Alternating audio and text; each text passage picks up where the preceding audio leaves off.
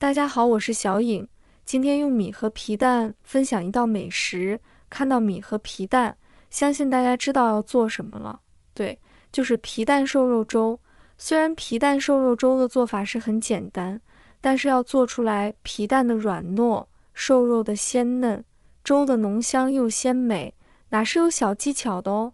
接下来跟着我的视频，一起来看一看具体怎么做的吧。首先，我们先准备1杯的白米。米可以根据家里人口来定，我这里1杯的米可以3个人吃，但是也要看个人的量。倒入清水，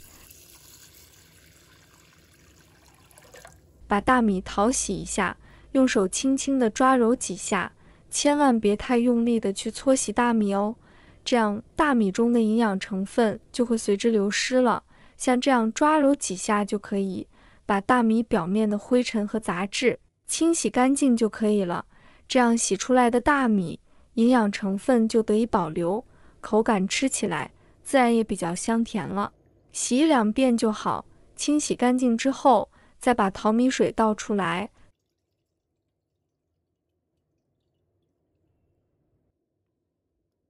把洗干净米加入1勺的食用油，再加1勺的食用盐。把它搅拌均匀，这里加入油呢，主要是为了防止等会煮的时候粘锅，煮出来的粥呢也会更香。搅拌均匀后，腌制5分钟左右。再准备一个砂锅，倒入清水，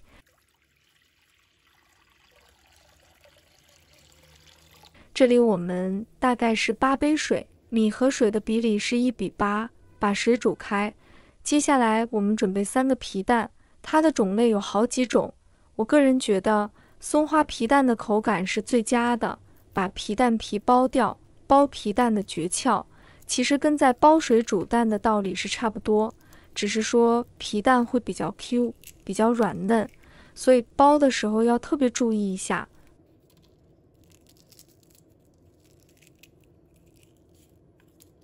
剥好后，先放一个在洗好的米里，直接用勺子把皮蛋捣碎，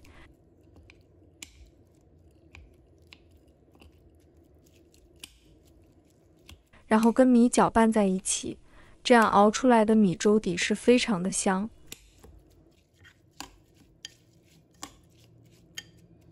水开后，把米和皮蛋放入锅中，把它搅拌开。记住生米在煮粥时一定要开水煮，千万不要冷水或者是还没开的水。然后你把米加下去，这样子很容易造成粘锅，因为水没有开之前下去，它沉淀很容易烧焦，所以有水开后下去，瞬间遇到热，它表面的糊化熟了，才不会粘锅。把它煮滚了之后转小火，盖上盖子，但是不要盖得太严实，像这样留一条缝隙。在煮的过程，一定要叮咛大家一件事情，千万不要把盖子严实，里面的淀粉只会往上膨胀。如果盖子严实了，就会整个溢出来。继续煮10分钟，我建议每隔几分钟打开来，稍微搅拌一下，这样能受热均匀，也不容易粘锅。接下来我们准备1块瘦肉，先把它切成小块，再切成片。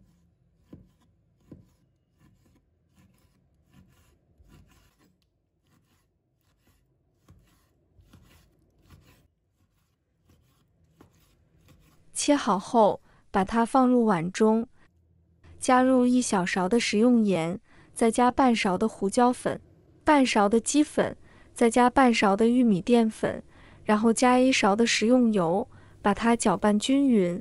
主要放入粥里的时候，肉在透过煮粥的过程，不会让它过于太干柴，口感也会更好。搅拌均匀后，先把肉腌制一下，再准备1把小葱，把它切成葱花，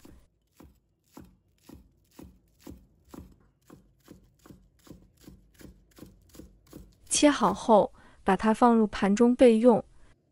再准备1块生姜，把它切成片，再切成丝。切好后，把它放入盘中备用。接下来再准备一个漂亮的西红柿。朋友们、家人们，视频看到这里了，麻烦您动动您发财的小手，帮忙点一个免费的小红心吧。对您来说只是举手之劳，对小颖来说可以高兴睡不着觉。现在这个视频就辛苦你帮小颖点赞转发一下吧，非常感谢大家支持和鼓励。在切皮蛋前，先把刀涂上一点点食用油，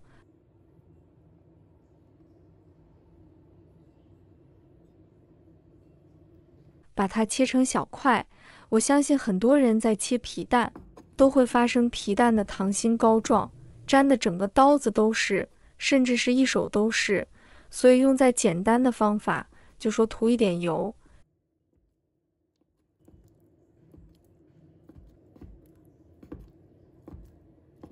切好后把它放入盘中备用。现在打开盖子看看，我们的白米粥就会非常的浓香了。用勺子搅拌一下粥，粥变得越来越浓稠了。这时我们把切好的皮蛋加进来，那一定有人会去说，刚才的米放皮蛋，为什么现在又加皮蛋下去煮呢？其实皮蛋下去煮一下，不要煮太久，这样口感才会刚好。再来先用皮蛋煮，是因为让这锅粥有满满的淡淡的米香和皮蛋香，所以我会用这种方式来做一个搭配。再把刚刚腌好肉片放入锅中，像我这样慢慢的放，再把它搅拌一下。搅拌均匀后，把姜丝加进来，再搅拌均匀。再加1勺食用盐，加半勺的胡椒粉，加1勺的鸡粉，把它们搅拌均匀。最后再撒入葱花点缀增香，这样一道皮蛋瘦肉粥就做好了。这样做出来的皮蛋瘦肉粥，既有浓浓的大米香味，又有轻轻的肉香味，好吃有营养。煮出来的粥的颜色是很漂亮的，最重要是这个瘦肉有腌过，你也不用单肉会没味道。这样的做法的皮蛋瘦肉粥，对于挑食的孩子来说，加一点肉进去是非常有必要的。如果是做给牙口不好的老人吃，皮蛋瘦肉可以再切得碎小一些，这样更有利于吞咽、消化与吸收。米粥就会变成这样，非常的浓稠顺滑了，而且做法也非常简单。如果大家也喜欢，就收藏起来试一下吧。喜欢我的视频，记得点赞、关注、留言哦。点我头像，还可以看到更多简单的家常美食。我们下个视频再见吧。